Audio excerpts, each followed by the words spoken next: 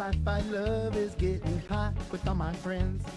And I can't wait to hit the bong again. Hit the bong again. Getting higher than I've ever been. Smoking strains that I may never smoke again. And I can't wait to hit the bong again. Hit the bong again. And I can't wait to do this interview with the COMWEEDIAN, Aldo Caldo. Check this out. I'll be back and we will rock out some more right after this interview. Hola, hola, everyone. Dude. Hola, hola, everyone. Today, what a day. What a day. This is going to be incredible. What a day. I am so excited. You know who's here? Aldo Caldo. Dude. How you doing? COMWEEDIAN. How are you, sir? Good. How are you there, guy? Good to see you. I'm pissed off at you. I'm pissed off at you. You put a fucking song worm in my head for a week. Good. That's good. It comes out in September. So yeah, we still got more God. days to go. Okay. I'm telling everybody right now, stay away from his Instagram feed because he's got a song on there, and there's only a little. It's just a phrase. It's only a little bit of the song. Fuck you, dude. I swear to God, it's in my head, and it's like in the middle of conversations, I'm talking to people, and all of a sudden.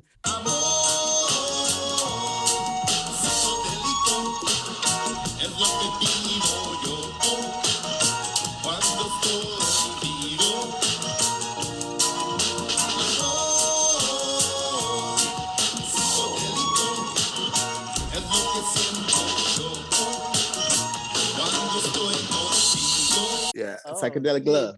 I'm so excited for you. You're gonna have. I'm excited. Yeah. Song. Thanks, man. Thanks. I'm excited about the song. The song came about because I was going through some trials and tribulations, through some heartbreak, and instead of taking any kind of like pills or anything, I turned to psychedelic mushrooms and microdosing and just getting myself out of this rut. So it really changed a lot of my life and my perspective around. So I was like, I gotta write a song about this and try to help others that are going through heartbreak to try to, you know what I mean? Like, don't turn to alcoholism or anything else. Turn to something natural and little doses of it and get yourself right again. Get yourself powerful. So that's where the whole idea came from. And I ended up using some art. I'm also an artist, so I used some art pieces that I work with mushrooms and took them out to the desert and really shot a really psychedelic video with some friends of mine. And yeah, it went all out. Dude, I was just blown away from, just even that small clip was spectacular.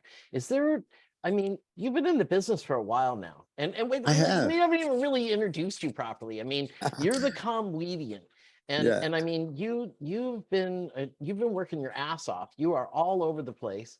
You've been traveling the world, and you've been on. I mean, if anybody that Googles you or checks you out on YouTube are going to see some of your great clips. You guys have been going crazy, and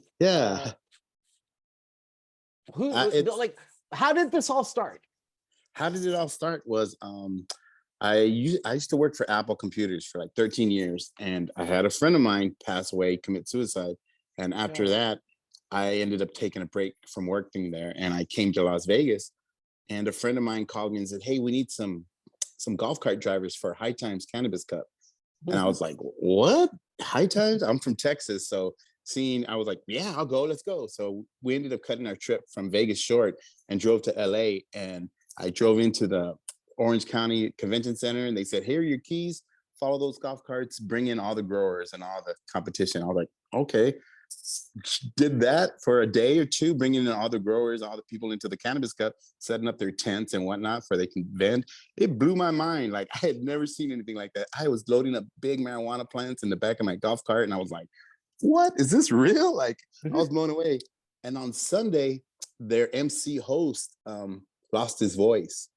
And he lost his voice. So a friend of mine asked me, hey, well, Aldo can get a crowd and be the announcer. So then they asked me to come up on Sunday and do a giveaway there at the High Times stages. And from there is where I took over the mic, and just they said, hey, we want you as the MC now. So from there, been with them for about 5 years doing MC hosting. And then I started judging their events as well. And then I saw a lane for cannabis because they couldn't advertise. And I saw how they were using influencers and whatnot and people like me to give away the weed. So I thought, well, why don't I do something where I can get your weed and give it away, and I make a song about it and we make parodies about it, because I felt like there was a lane there that no one was doing. And it kind of just took off, and brands started booking me and saying, hey, will you make a song about my pipes? We make a song about my bong. We make a song about my strands, and I'll use like Prince's Purple Rain and just change it to Purple Strains, and just do funny things like that, just to change it up and make people laugh, but also enjoy the weed. And yeah, I felt like it was a blessing in disguise. But now I'm starting to get real busy, and people ask me to do events, and I smoke a lot of weed, and I give away a lot of weed. I'm blessed to do all that, and I don't know, it's a cool lane, and I encourage a lot of people to be like, there's a lane there that a lot of people don't see. Oh, and you're funny as fuck on top of it. So you're doing stand up on the side and everything. Boom. I do stand up as well on the side. I do whenever I can. If I can get you to laugh or enjoy yourself or even dance, my goal was to get people to dance and laugh. If I can get you to dance and laugh, then I'm winning. And I also loop, so I do like a Reggie Watts where I kind of beatbox, I loop, and I'll play different instruments and build a song, and then I'll try to get people to dance and chant funny, weird things. If I can do that, I mean, I'm winning. I feel like everyone's winning, Again, I'm gonna direct everybody to go take a look on YouTube. You'll be able to see lots of different videos of them live performing. Who's the gentleman that you perform with, your partner on? Okay, on a lot well, sometimes I perform with Brett, which is the bearded guy. Yep. And then I have another guy. He's from Chicago, Cordero. He's the R&B. He's the African American. Sings like a bird. And then there's a female too. Her name's Dot. She's been coming around on some of the reels and some of the videos, and it's just bringing in various people. So the idea was Comedian to be like a brand of just like people that are funny and they can smoke weed and get booked for sessions that are about weed, and where it's just kind of different. And yeah, that's where I'm trying to just bring in people that want to be funny about weed. And I just kind of took on the alias as Comedian, and that's where they kept booking me. But it's like an overall like, hey, let's all just make people laugh and smoke weed kind of deal. Now, and where did you get started? I mean, what was your beginnings with music? Because obviously you've been doing this for a while. Mm-hmm. Oh, well, my beginnings with music is I started way back in the day. I started in the church, and then from church, I jumped on the road with some Tejano bands. I'm from Texas, so I started touring with Tejano bands, moved to Corpus, played with Selena and her brother for that band. Can I stop you one more time and say it again? It's what kind of a band? Tejano music? Tejano? Yeah, Tejano. Tejano music. Yeah, Tejano. So it's a style of music that's originated in Texas, and it's using the polka and the accordion and cumbias from Mexico, and it's pretty famous in Texas and California and Mexico, but it's kind of died out now. Okay. But it's Tejano music, and it's just kind of like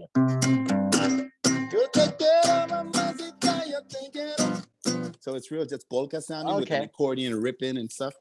And yeah, I started touring with them, and I was in a cumbia band with Selena's brother, AB, and we had a gig in El Paso, and we were playing a show with Menudo, and Menudo's from Miami, and they have all these international members, where their bass player didn't make it in because of customs. Something happened with his passport, and I was walking down the hotel room, and they saw me with the bass and said, hey, can you learn these 8 songs real quick? And I was like, yeah, it wasn't even my bass. I was using AB's bass, and I was like, yeah, I'll learn them. I was playing sax and keyboard at the time. But then after I played my gig, I went and played with the Menudo on the bass, and they said, go get a passport. Okay, sorry about that. Who was the other guy that was in Menudo that became famous? Ricky. Right, Ricky Martin, Didier, Abel. Like, there's quite a few of them that came out and became, but he's probably the most famous one, Ricky. Yeah. It was a good chapter in my life. I got to tour a lot. I got to, see things, and it was a very right out of high school, at a young age, I got to see all this and travel. And I just had my bass in a backpack, and I was just like, all right, let's go. Like, I was in helicopters, like I was in all these crazy things I'd never seen before, and 60,000 people. I couldn't even hear. That's when in-ears first came around, and we couldn't even hear our music. So we started getting in-ears, and we were just like, what is all this? And yeah, it was a cool experience for sure. So this is my own personal research that I'm doing here. At what age did you first do any kind of psychedelics or mushrooms or anything at all? I got to the table later on in life. So I didn't really do any psychedelics till maybe when I got 30. Yeah, when I turned 30. Ooh, yeah. Really? Okay. And even with cannabis too, I kind of got my background is my dad was a federal court judge. My brother's a Secret Service. My other brother's a U.S. Marshal. And my mom was a tax attorney. So we were all in the government. Yeah, everyone's in the government, super cops, judges, firemen. So I'm the white Pegasus. They say they call me the black sheep, but I call myself the white Pegasus, and you know, I did that instead. But That's awesome. Oh yeah, shit. they're still in law enforcement, and they still, you know, don't follow me on my Instagram. I was gonna say that's gonna be a complete mind blow. Oh God. Yeah. I'm trying to think of being a teenager. You couldn't sneak anything in. They probably knew about every investigation that was happening at every one of your schools that you All were the ever time. at. Yeah. Yeah. Oh, And I was in this God. thing called the Police Explorers, where I had like this little CB with the cops, and I could listen to all the cops talking, right, and where they were going. And I was the guy that would go to the parties and have that CB on, and if they were coming, I knew about it. So I was like the whistleblower, and I'd be like, "Yo, they're coming! They're coming! Everyone, get out!" And so they would. I mean, yeah, it was a cool gig, because I got invited to all the parties, you know, but I was like the whistleblower for when the cops were coming in. It's because I had the CB that I could listen to all the cops, and I knew all the 10 codes, I knew all the directions, I knew the zones, I knew all that. Not because I wanted to, it's almost because I had to, because I was doing the ride along programs with my brothers and my family as cops, and I was just like, I want to ride in the backseat of the car, and they're like, "No, what are you doing?" Okay, so you're getting your first puff at 30? Yeah, around 30. Yeah. Okay. 30. Was it a girl? Yeah. No, it was a bunch of friends of mine. I was taking off somewhere, and we were just sitting around a table, and they were like, "Yo, you got to try, you know, you got to smoke. You come on, you haven't smoked, come on." Like, and it was just like, "All right, cool, I'm doing it." And I was taking off to Miami the next day, and I was like, "All right." And we sat around the table, and I smoked, and I was like, "What? This is amazing. Why did it take so long to get to the table?" And yeah, and I kind of felt like it was also a blessing, because I mean, I learned a lot of my skills before 30, like music, math, programming, lighting, all that. And I felt like if I would have maybe met weed before that, I wouldn't have been so focused. Maybe I don't know what it is. I felt like I got to the table just in just when I needed to, perfectly. That's the thing about the plant. It finds you when you need it, right? Yeah. And I was so anti-plant. Like, I was very anti anything. You know, growing up the way I did, I was just like anti. And then I was like, what? This is all a big lie. And now it's like, I'll tell everybody, it's a big lie, yo. Like, we got to push for it. I love the irony of this, how even in that environment, you're going to turn this thing all around, and now you're going to become famous on this psychedelic song. And it's like, yeah. I love it though. That's fantastic. It's funny. So, I love it too. You've done a lot of stand-up. Did you go to the Comedy Store? And I did.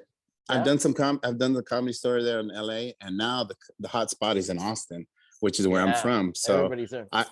So I go to Austin all the time, and I sign up for the podcast, the Kill Tony. I sign up for whatnot, and then I also have shows. I book a lot of shows in cannabis events, so they usually hire me out to do a lot of the cannabis events, the hemp events, and I've been doing a lot of stand up there. And I guess I also performed with Cheech and Chong for that whole 420 reunion, and that kind of got, you know, Comedian a lot more, I guess, more clout. So now that we got to hang out with them a couple of times and perform, it's just like, all right, cool. These guys are going to be passing the torch. So passing the joint. So I haven't had a chance to spend a lot of time with Cheech, but I've had a chance to spend a little time with Tommy, and I interviewed him for the show here. And you know, he's so wise. And you know, strangely enough, he was the very first concert I ever saw in my entire life in Las Vegas. In Las Vegas, opening act was Seals and Crofts.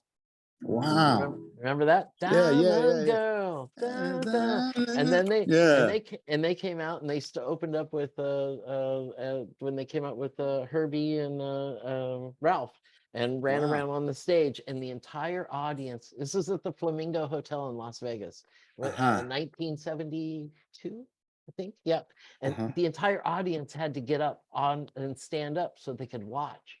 Well, because they were on their hands and feet at the stage. Wow. They took control of the entire audience immediately.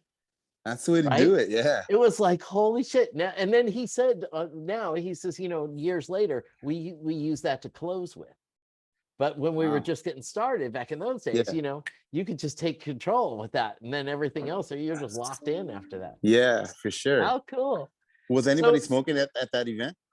I was a kid. I was like 11 or something, 11 or Okay. 12 years old. Like I told you, my dad was a coke dealer. So, he was Uh-huh. there with all of his friends and everything else. That's It cool. was a busy day for him.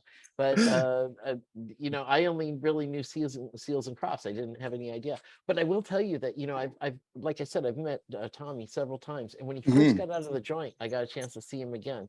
And his famous Pat line, when I told him, I said, and by the way, I don't know if you knew this, but you were the first concert I ever saw. And he went, far out, man. And that's, Wow. it's like Yeah. he's wonderful, isn't he? Yeah, he's a wonderful soul, and his energy is just always there. And Cheech too as well. I've got to meet Cheech a couple of times, and he's not as playful Hmm. as Chung, but he's Yeah. very like he's very warming. But also, Hmm. it's like I don't know, it's like very wise. And since we're both, I'm an artist as well with regards to doing art, and he's all in the art world as well. He's very Oh, artistic and very like yeah. appreciative of art, which is cool, I think, for Chicano art as well.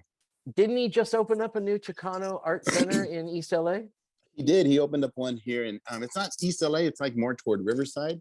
But Okay. it is pretty east actually, if you think about it. But yeah, it's a nice facility, 2 stories, has some of actually has a lot of art from other Chicano artists in America, but it also has not too many of his, but I think he's done like 2 or 3 pieces there. And then he has some Hmm. pieces like guitars that his daughter painted and whatnot. And it's really cool. And it's really nice art, like futuristic art as well. Hmm. Huge So, piece. There's a huge piece in there as well. so where's the biggest place you guys have played so far? The most number of people? With regards to comedian or just me in general. Comedian. Let's Um, go with co- comedian first, and then we'll go do stand up on you and by yourself. comedian, I say the cannabis events, the festival, High Times Cannabis Awards. We played those, and it was over. I forget how many people, 5,000-6,000 people. And then the Las Vegas Cannabis Awards as well. That was a big, huge crowd. I don't even remember how many people there, but it was in the thousands. And like I said, just making people laugh and seeing all the smiles and laughs is it's really what I do it for, which is cool. And I used to get nervous. Now I don't really get nervous. It's almost like I stay high before I go on stage, and it's even better when you let people know, hey, my mushrooms are kicking in, and they love you that much more. That's one of the things. I've had several different people that have come on the show. I interviewed a guy named Ian Bollinger, and Hmm. he's the man who runs the psilocybin cup in San Francisco. So Nice. he's like the true expert on how to range and understand the levels of different types of psilocybin as far as Hmm. mushrooms are concerned. And then I had the gentleman on from Hate Street Mushrooms in San Francisco. And I'm hoping in the next week or so, I'm going to have a young lady on who is the Mushroom Mama. And her name Wow. is Brittany Russell. And you get a chance to Google her, and she's an incredibly talented young lady who's trying to destigmatize. And a lot of these people, everyone is starting to realize microdosing, right? Hmm. Small doses on a daily basis. Wasn't it Mike Hmm. Tyson who just came out and said I, something about that too? I think so. I think he was. Yeah, I think he did. I think he was like, you take a piece of ear and microdose mushroom, and you take that every day. I think he's gonna put it in his edible ears or something like that. I don't know, but yeah, I think so. Dude, I I mean, love those ears. I love those ears. It was anatomically correct too. It's like exactly yeah, where he bit into that ear too, wasn't yeah, it? yeah, yeah. Mike's a fool. He's a fool. So Yeah, you said you got to play the Comedy Store. Did you get a chance to meet Mitzi? I did Uh, not. I did not. I wish I had, but I've gotten to meet Paulie, Paulie yeah, Shore. But Polly's he awesome. actually, yeah, he opened up a store in Vegas called Wise Guys now that Hmm. I'm actually signed up for, and I do shows there as well. But I never got to meet her. I got to meet some other comedians there as well, and it's not like a mafia, but it is like a crew of people. Like once they know you're funny, and it's like You're people in. kind of just you're in. You're Mhm. in, or they know you're talented. And at first, it was almost kind of like, well, you're coming in with like this Reggie Watts bilingual Latino vibe, but then you start talking about weed, and okay, it was almost like I had to vouch for myself. And then sometimes a lot of the comedians, they have that, hey, I sleep on the couch, I'm Yep. broke kind of Yep. story. And I've never had that story. I've never been broke.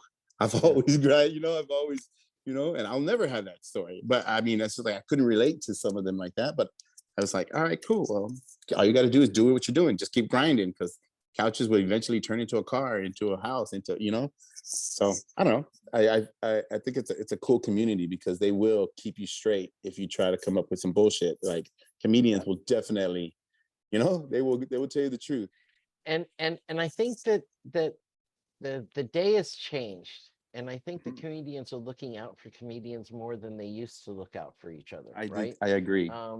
You know, I had a chance to work on several shows with Sam Kinison, and I knew his brother Bill, and you know, I booked several shows with him, and some of the most amazing excesses of life that I saw in any human beings, I saw in all of my interactions with him.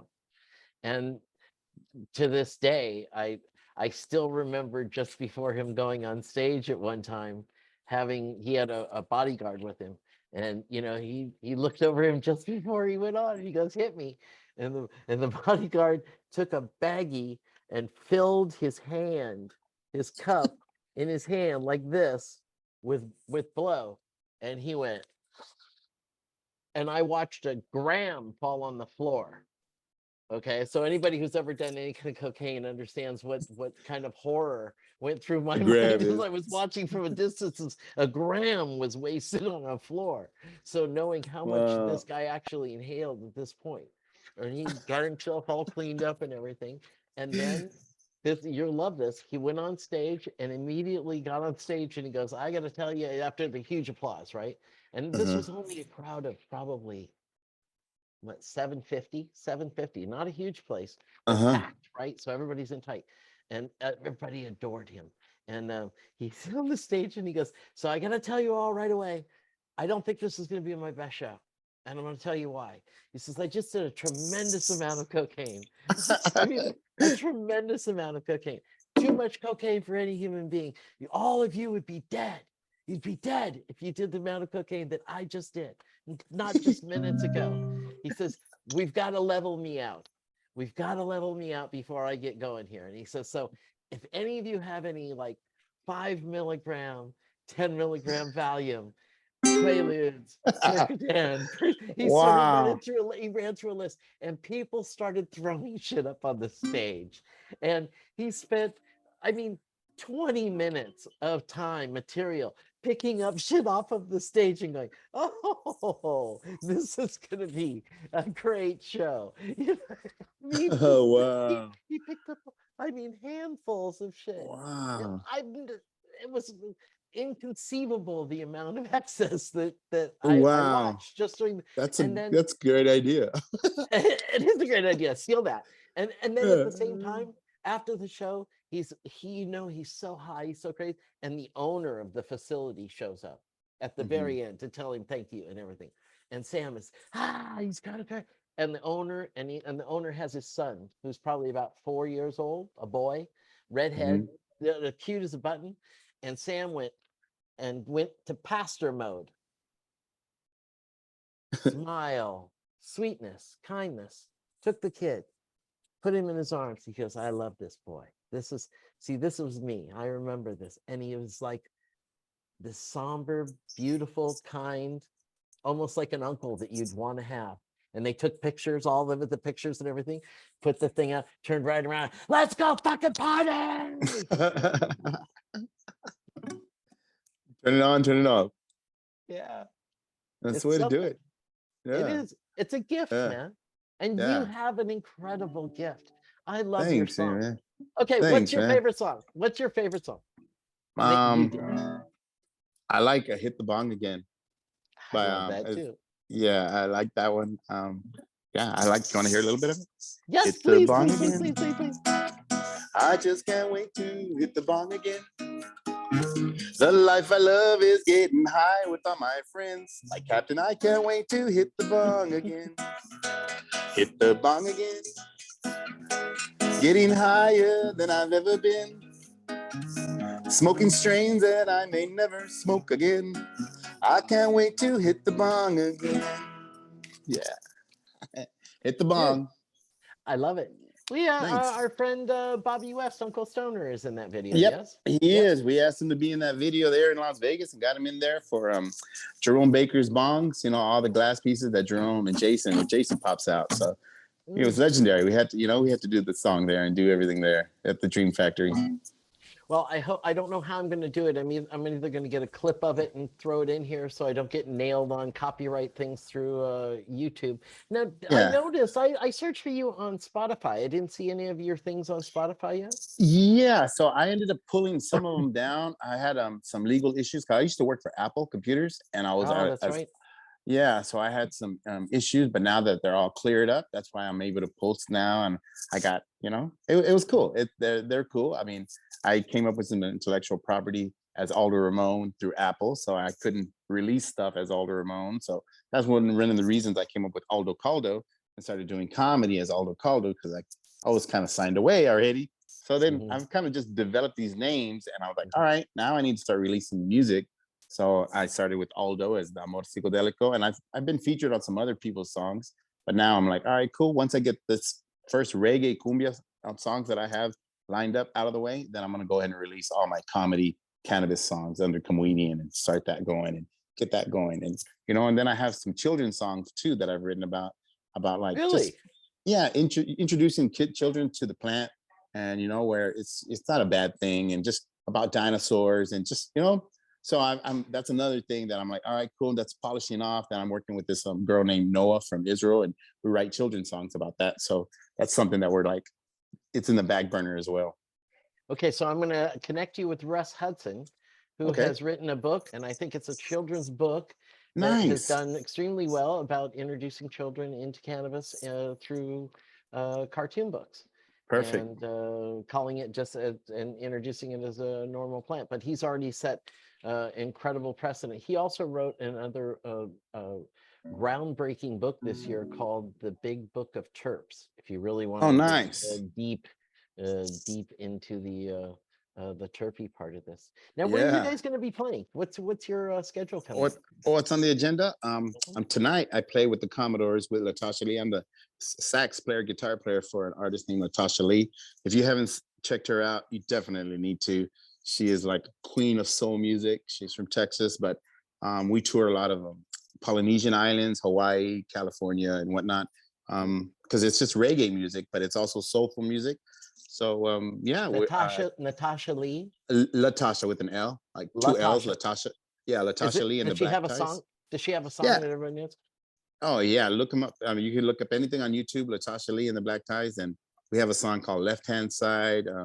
Just very female empowerment songs as well. So it's like Amy Winehouse, Etta James meet the coolness of urban country in a way. I mean, not country like music, but country like somebody that just has this aura of energy. So she has it. Yeah. And I've been touring with her since day one.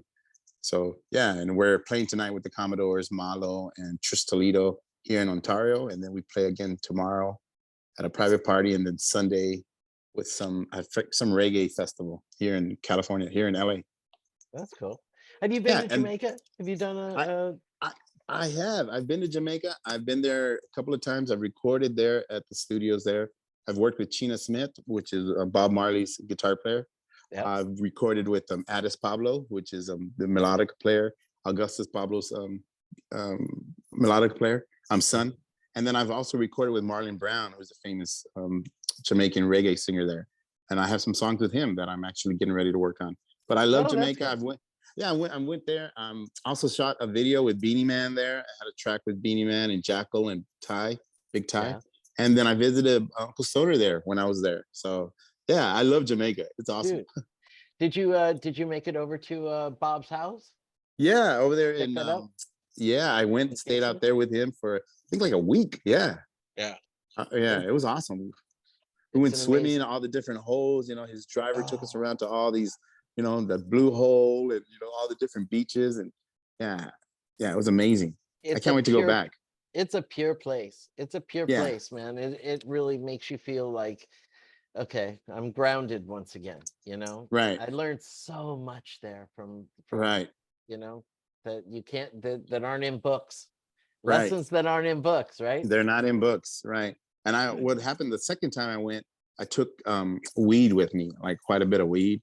Yeah. And I was like Santa Claus there. Like that was the currency. I went into a store and I didn't have enough money to buy the stuff that I had. So they called the manager and he was going over the dollars and stuff. And then I showed him the I think it was like a Jungle Boys bag of weed. And he saw it and he was like, shit. I'll take that. And he gave me a 20 back. And he let me take all my food, and he got like an eighth of Jungle Boy's weed, and he was just all about that. He's like, "It's from America," and I grabbed it, and he opened it up, and he smelled it. He's like, "Bumble cloud, I'll take this." Yeah, it's crazy. I was just like, "What?" In a store, it was like it almost looked like HEB or like Publix, like a branded store. It was huge, as they all had their it was like a legit store. Yeah, like, everybody understands the bud currency level there. Yeah, and, absolutely. Yeah, even the cook shops that you're walking to, like you can buy food there, and then they have these little baggies of weed that you could like barter with. And like, I'm telling you, when I'll never go without weed because I felt like a king there with American, the weed that we brought over there. They were just like, oh, we're all about it. I'll tell you what, dude, after this song comes out, you're never gonna have to worry about any mushrooms anymore either. You're gonna be the Mr. Mushroom to fucking king. Everyone that sees you. That's the hope. That'll be a good plan.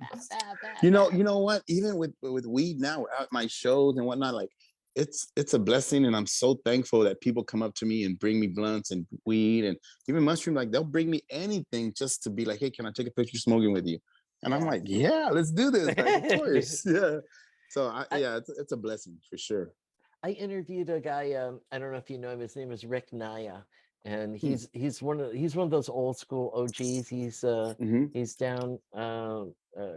He created a bud years ago called I think it's called the Gainesville Green or something. Anyway, that particular strain was what became Northern Lights.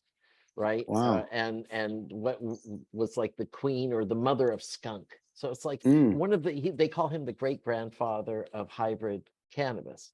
And he was saying, I now have, when I go to all these events and everything, I have more weed than I could ever possibly smoke. Right. I can't, because everyone's constantly bringing him samples and stuff. I got to hang out with Ed Rosenthal for a day. Oh, nice. And so yeah, everybody that came up, everybody. It was like a gunslinger. They'd stop and they go, Ed Rosenthal, and then they'd open up a case or a bag or a backpack, and here came a jar. Yep. A little lightsaber bud. Yeah. One thing I'm liking now is I'm into electronics and like devices and inventions, and even like dab rigs now. People are sending me dab rigs to be like, oh, what do you think we could do to change this one? Or what would you do here? And since I'm into LEDs and lighting now, I'm starting to get a lot of dab rigs sent to me to be like, well, how would you light this up? And what would you do here? And I'm a big fan of the Dr. Dabber, even the Puffco and whatnot. Puffco, Puffco has a new one, right? The proxy pipe that looks like a Sherlock Holmes pipe. Yeah, I thought it was gonna hit better than it did, but I do like it. Yeah, really? I mean, I haven't tried it yet. Yeah, it's okay. I'm like I said, okay, for some good though. That's maybe what I did like about it though is apparently with the device you can use it to make anything a pipe or anything a bomb. Yeah. I've seen all those. Yeah, which is cool. But other than that, I was just like, yeah, this is cool. I mean, I just felt like it was gonna have more of a punch. What's the one that Bobby uses all the time? The little dipper. He uses. I think he uses the crab. The Krav? Was it Krav? Or he does use the little dipper, but I think that's from Dip Devices. Yeah, I think he uses the little dipper. That works pretty well. What's that Krav machine? It's a KRAV. Oh, okay, yeah, Krav. I know the one you're talking about. Yeah, I forgot what it's called.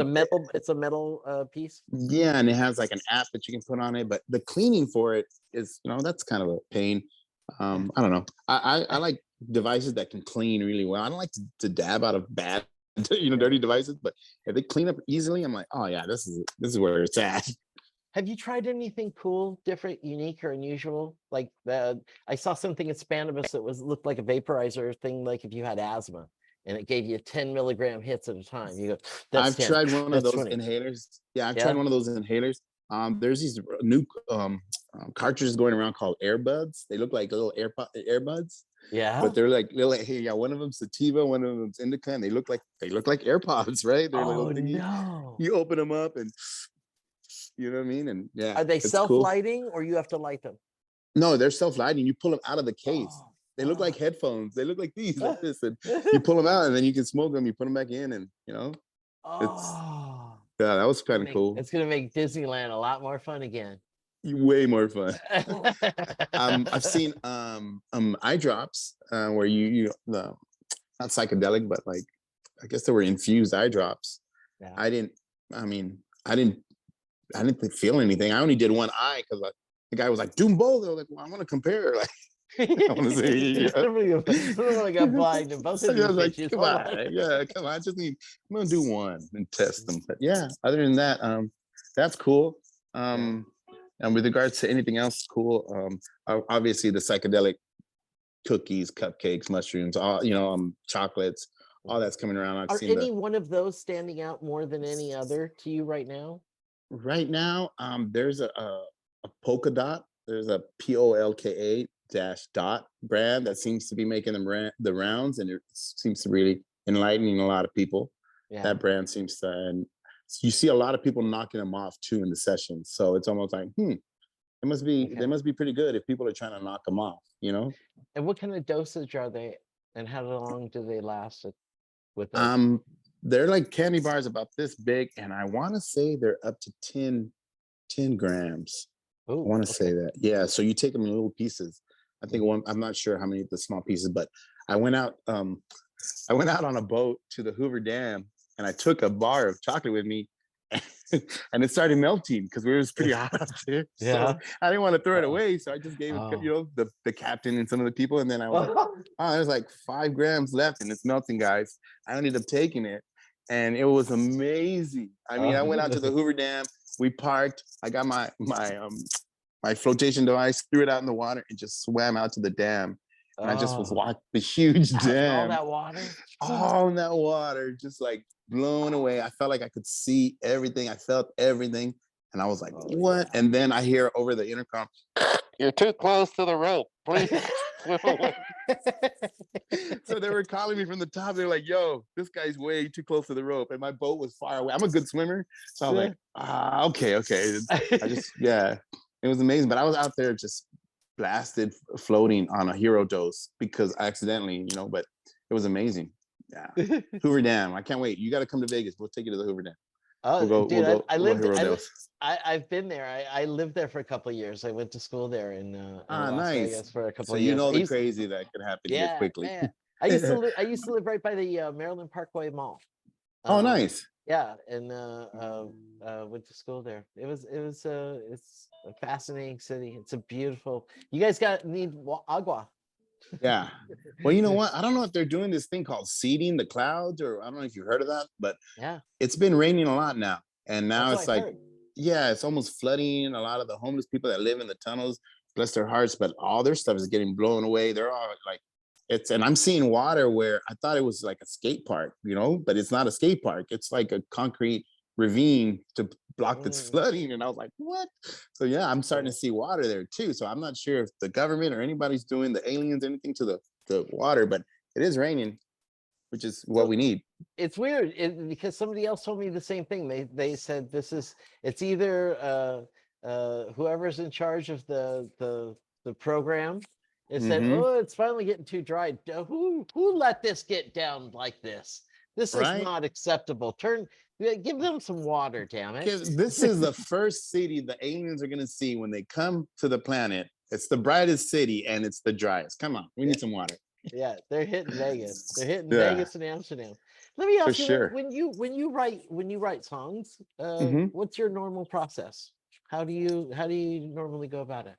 I usually just kind of sit with the guitar and I'll play chords, and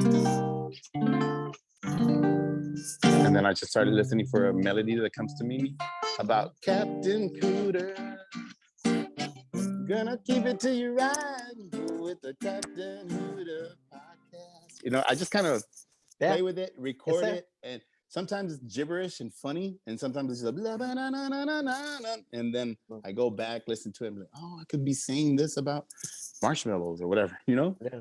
But it's the Yeah, process, right? I it mean, is. the songs don't often just come in, it's all from beginning to end and then bam, it's done. Right. Not all the time, but then there's times where I wrote a song called Pineapple Breeze, and I woke up and I had a dream about going to Hawaii and seeing the pineapple fields and whatnot. And I Yeah. woke up and I just wrote a whole song. I was like, oh, pineapple breeze blowing out across the water. I heard, like, I felt like almost like when you get your fingers and you rub your fingers together, I felt like Yeah. somebody was just doing that to my Yeah. ear. And I was Wow. just hearing lyrics and I was like, all right, cool. And I wrote it and put it out. I'm like, all right, cool. This is a good song. And that's another song that's going to come out too. That I'm working on an animation, so it's about monkeys right now falling in love in the forest, but it's about pineapple breeze, and I don't know. It's a weird one, but it's a cool song that could go into pop or into children's or into reggae. So I'm just working on the animation for that right now. Is there going to be like a full album of stuff or Well, you know what? What I learned now is that people are dropping albums, but there's this new method called the waterfall method of releasing songs and albums. So I think I'm going to stick to that, where I'll release like 3 songs and then go back and release a new one, but re-release these 3 and then like them be the waterfall. It's this method that I started doing research on Spotify, and it helps your numbers and it helps everyone keep listening to everything, as opposed to just, oh, well, they're just going to hear one song and then they forget about you.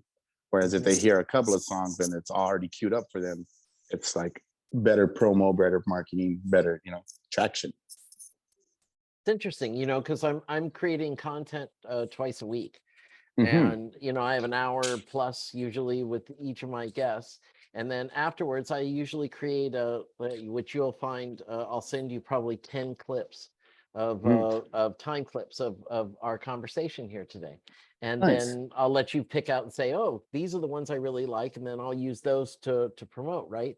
And Mm-hmm. so I'm not thinking of it as a waterfall, I'm kind of thinking of it more as like a rainstorm. Yeah. Okay, and you can Yeah. little clips of it, but I think I like your idea better, yeah, because you can put out too much content, can Right. you? Yeah. Yeah, you can. And I felt like even now I had a fan of mine reach out to me and said, although I had to go back and really dig to see what you were all about. Maybe if you did some like recaps for entry points for new fans to let us know that, hey, you were with High Time, you were with Apple, you like, we didn't know any of this stuff until we went and dug for it. So maybe if you kind of like recapped us every now and then for the new fans to come in and say, oh, well, yeah, he did do that. He did do Yeah. that, but this is what he's doing now. So that was a good idea. I was like, well, I guess she was right. She really went down and started liking these posts from years ago. And I was like, oh yeah, I forgot about all those. But so I feel like maybe something like that would be something good for all of us, to just have like entry points for new fans to be like, well, what is Captain about? What is Caldo about? What is, Dude, yeah, that's Yeah, brilliant. It sounds like something Steve Jobs would have come up with. right. Did did you Good. get a chance to work with him or around him before he died? I didn't work with him, but I got to see him in the cafeteria, him with Jonathan Ive. I got to meet Jonathan Ive, and I jokingly told him I was a big fan of his bathroom products. And I don't know if you know who Jonathan, but he was he's Yeah, one of the main designers for design. Apple. And he did all the design, but where Apple found him is through Apple bathroom products. He was making toilet paper holders and just weird stuff that he was like, and Steve found it, was like, well, who made this toilet paper holder? Let's get this guy. And that's how he got into Apple. Yeah. So whenever I saw him, I was like, yo, I'm a big fan of your bathroom products. And he was just like, he laughed and he was like, thanks. He kept on his way. But I did get to meet Tim Cook, the new CEO. He came to the Apple office in Austin, and I got to meet him. And yeah, genuine soul. Everybody was there. It was magical. That's for sure. It's a different Apple. That's for sure. Yeah, it was completely, right? Completely, yeah. Whereas when I was there, it was more about creatives and forward thinkers, is what they called us. And they would just throw us into Mexico, throw us into Brazil, and just, hey, go figure this out and make it happen. And it was real like free thinking. Whereas now they like, oh, you know what? We're making millions on iPhones. We're making millions on this. Let's keep these millions going. Innovation, it's all right. But let's keep the money going. It's more corporate. But one thing that I'm waiting out for is, even with iPhones, like I was there years ago and I saw an iPhone that it was only black on the bottom, but you could see right through it. It was glass. And then when you turned it on, this was an image and the back was an image. So I could be on the phone and you would be seeing like a moving desktop, right? Oh, Yeah. And then I could turn it off and you could see right through it. And I'm we've like, never seen that. yeah, we haven't seen it. And I'm just like, now I talk about it because I don't work for him. But I was back then, I was just like, why are we selling these cheap? Why are we selling these phones? Where are these phones? You know, it blew my mind. But I can also see now they're like, let's squeeze the money out of all these phones before we introduce this new phone that may or may not hit, or maybe it broke, or who knows? Or maybe it's evolving into the AI, VR. Right. Right. I am a big, by the way, virtual guy. I own nice. a virtual. I have a virtual comedy club set Wow, up. what's it called? Ready for you? The Stone Yeah. Dog, and it's Nice. inside the Hooterverse. And I've got it set up. It's a giant smoking lounge that overlooks the canals of Amsterdam. I have a mushroom room. I have a newsroom where I often preview the guests that I'm having on this show here today. I have my art gallery from some of my micro shots that I exhibit when I travel around. Wow, that's cool. And I have a nightclub that has some cool stuff around. So it's kind of. Is this all built in alt space, or is it? This is in VR chat. And I'll definitely want to talk to you about it afterwards, because it is a completely untapped market, and I'm happy to offer it to you anytime you want to. And it holds 100% people in there. It's a complete virtual environment, and it's all set up. It's got bongs and pipes and things all around, so people smoke and And well, I'm also into all that, right? Like with regards to like, I mean, I love it. And I see the potential of where it's going to go. I see it. It's like, imagine if you can get on the internet, a 3D internet when it first came out. Oh yeah. Well, there was a place that used to be called Second Life. I heard about that. Yeah. Years ago, I worked in the hospitality industry, and I owned a virtual convention center that I built there. Wow. And here's something you'll appreciate from an artist's point of view. I picked a musician who had an album that had done a complete album, and he was a storyteller type of musician. And I created a concert dome, and it was just a virtual spot that you teleported to, and you landed inside, and the environment completely changed around you 360 degrees for every song. Wow, that's cool. Right? So he had a song about, a crossroads of his life, and the whole thing was a wheat field with corn on this side, and you're in the middle of a crossroads in a highway. And the next one, you were on top of a building in New York City with a subway going by you. And, it was whatever the song was. That's cool. And that was what, 12, 13, 14 years ago. And that was still way more advanced than anything I've seen inside our current metaverse. That's really cool. Yeah, the metaverse is a scary but also a really cool place to see. I can just imagine, like, I'm working right now. I'll just tell you, I don't care because I haven't signed the contract, but I'm working with Axe body spray, and having to do where it's having to do with smells and having to do with being able to send technology. Like, they're talking about, hey, we're going to be able to put you in an art install, and you'll be able to log in, and you also be able to smell. And I'm like, what? Like, how is this even possible? Yeah. Wait, I'm not even understanding. So how are you going to be able to smell? I don't know. I don't know. I sent technology, aromatherapy, what did you say? It was aroma something, but it was like technological, whatever. And there's only like certain terpenes or certain scents that you're able to sell. But apparently, like, if you see a pineapple, they'll have that pineapple preloaded for you to smell. They'll have, you don't think it's already preloaded because it's going to be like branded. So I'm also like talking, why don't we bring in Victoria's Secrets and bring in some of their perfumes and whatnot? But so I can just imagine how everything else with regards to marketing and metaverse and jumping in and even teleporting. Now I'm working with Altspace, and they gave me they didn't give me, but I have this technology on loan right now for teleporting people in 2D, and so you don't even have an avatar now. I put you in a green screen, and I can teleport you into the metaverse as well in real time, which is what I've been doing. I've been having concerts and comedy shows like that. Altspace also has the virtual Burning Man that's going to be going on here in cooperation with the real life Burning Man that's going on. That's right. That's right. That was how the first time I was in there. All, again, between VR chat and Altspace, I think both of those environments, which allow you to be able to bring in mass numbers of people, are going to be the metaverse. I'm This blown away. Yeah.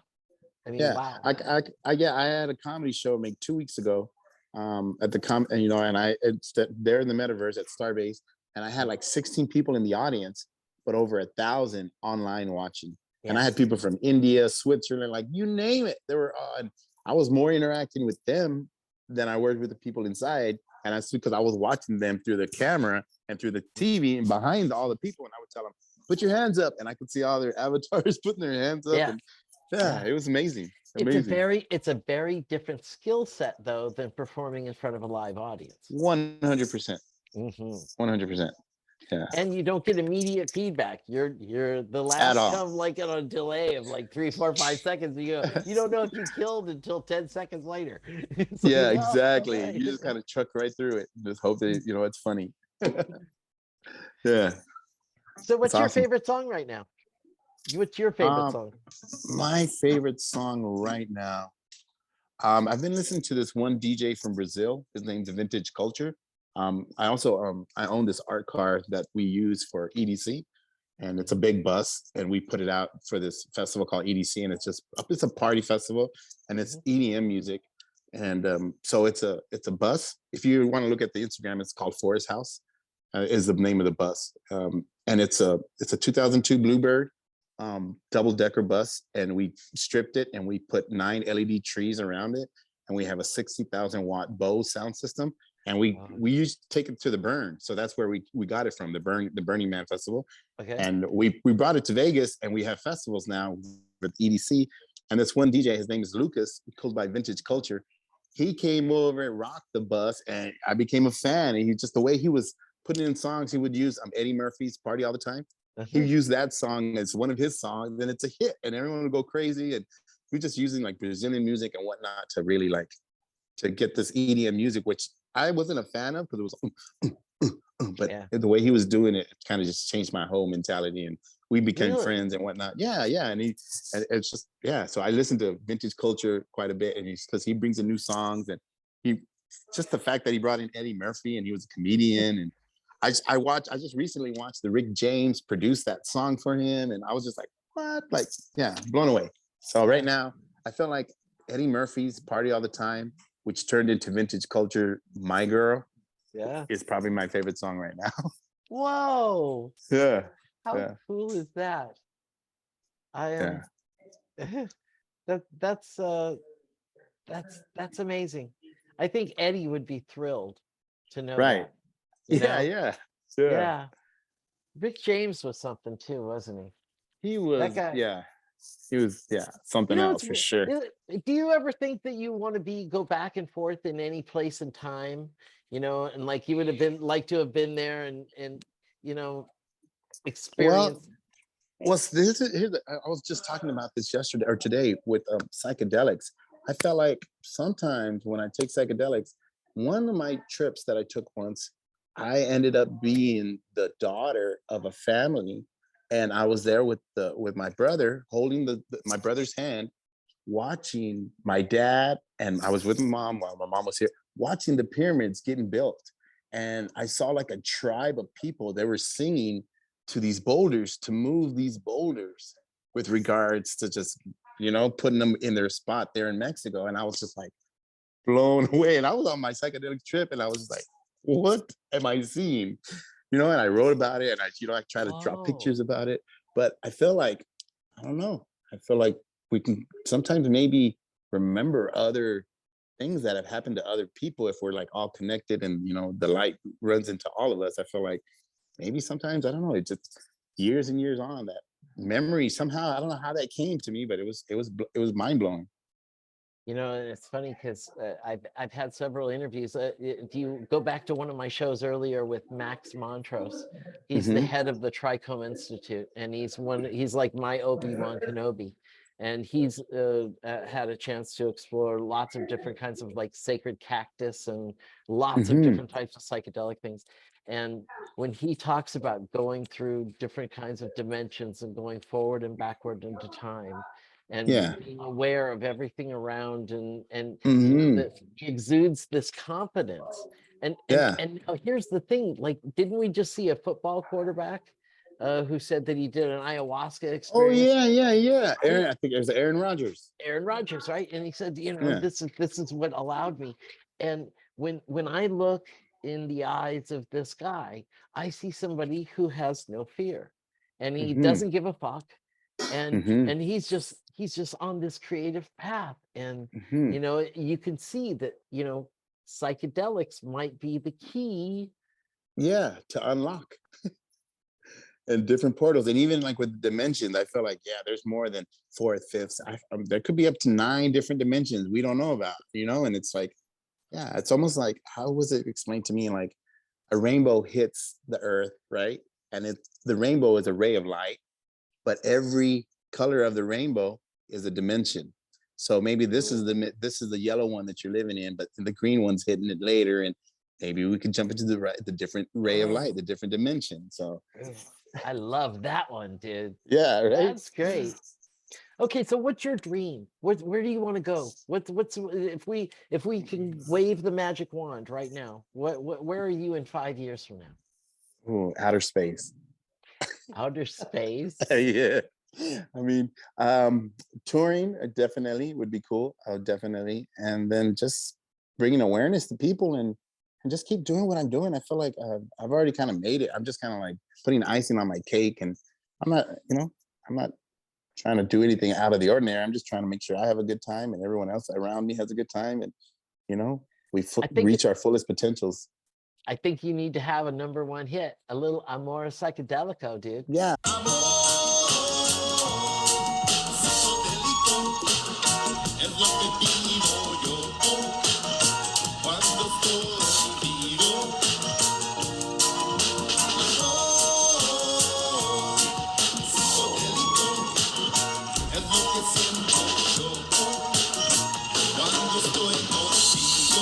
I would love to have a #1 hit for sure. I think I can make that happen. I feel like that's gonna happen. I'm jazzed, man. Thanks so much. I'm thrilled. I'm going to play some clips all along the way, and if you will, you know, for every guest, what I do is I create a Spotify playlist. And I was trying to find any of your stuff on there, but I know that, like you just said, well, you can find under Aldo, but it's like A.L.D.O. And it's like Spanish music, because I've done some stuff with like Menudo and some other artists from like Israel and whatnot. But I can send you a link to it as well. Fantastic. Okay, well, I'll add that on there, and then if you can send me any more, because I know everybody's going to want to hear your playlist, and in the meantime, I will put links above us right now, so that everyone knows for sure how to find you on Instagram. And what else? You're on Facebook. You're on Facebook, Instagram, Spotify, YouTube. I guess MySpace, whatever it takes, Craigslist, whatever you want to hit me on, just hit me. Yeah. Fantastic. I also have COMWEEDIAN.com and AldoSoundSystem.com. Yeah. Dude. Well, listen, thank you so much for taking some time and joining us. No, thank you so much, Captain. Dude, I love all your stuff, and I really think Amore Psycodelico is going to be a big hit.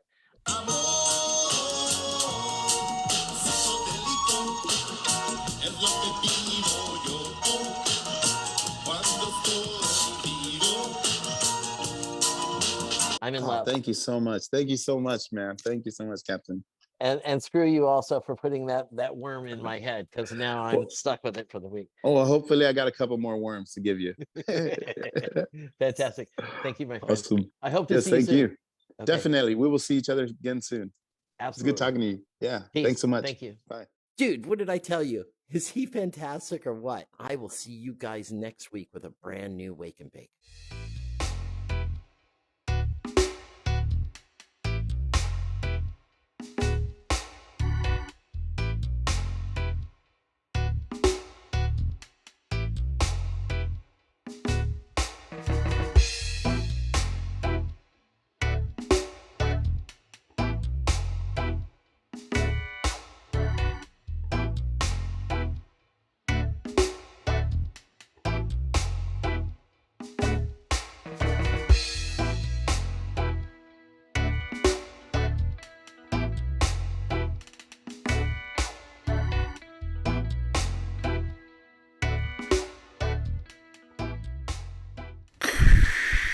It's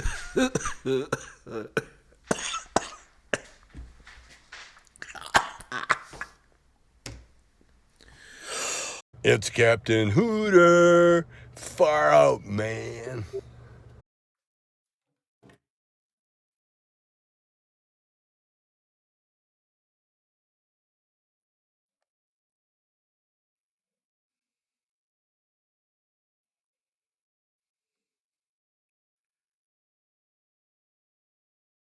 What's happening, everybody?